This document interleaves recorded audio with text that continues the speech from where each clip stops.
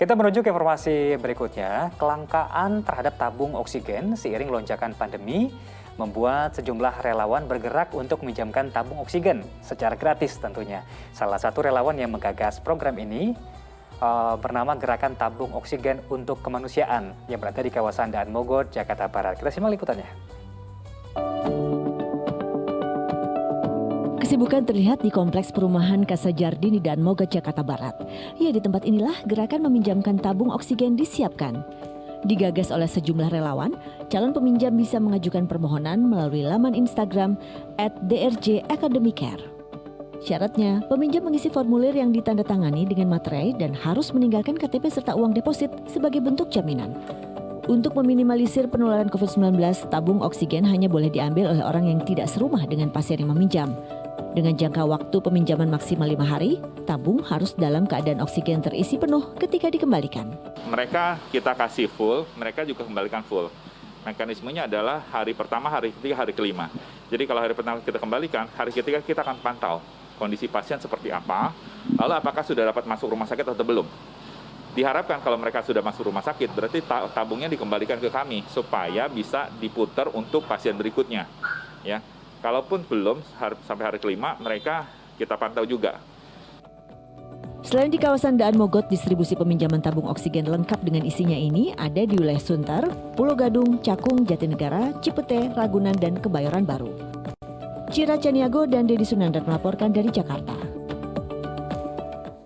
Ustaz, ini nampaknya bisa disebut pinter ngambil kesempatan. Tapi dalam hal baik ya, jadi bukan naikin harga, malah ngasih gratis.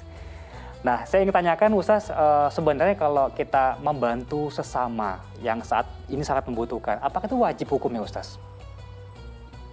Ya, kan begini ya, kita itu justru ketika di saat kesulitan ya, kita itu diharapkan atau diwajibkan untuk saling tolong-menolong.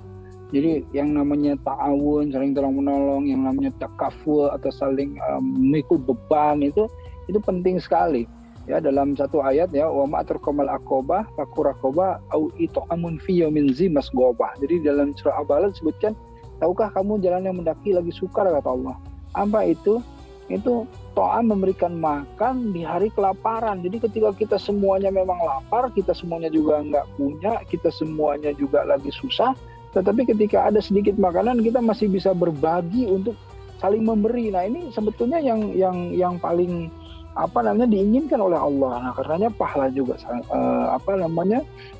besar sekali gitu. Nah, di saat sekarang oksigen lagi sulit ya, ada orang-orang yang tidak bertanggung jawab gitu ya. Kemarin itu ada yang mengepul gitu ya, membeli, memborong dan lain-lain, menjual dengan harga yang di atas.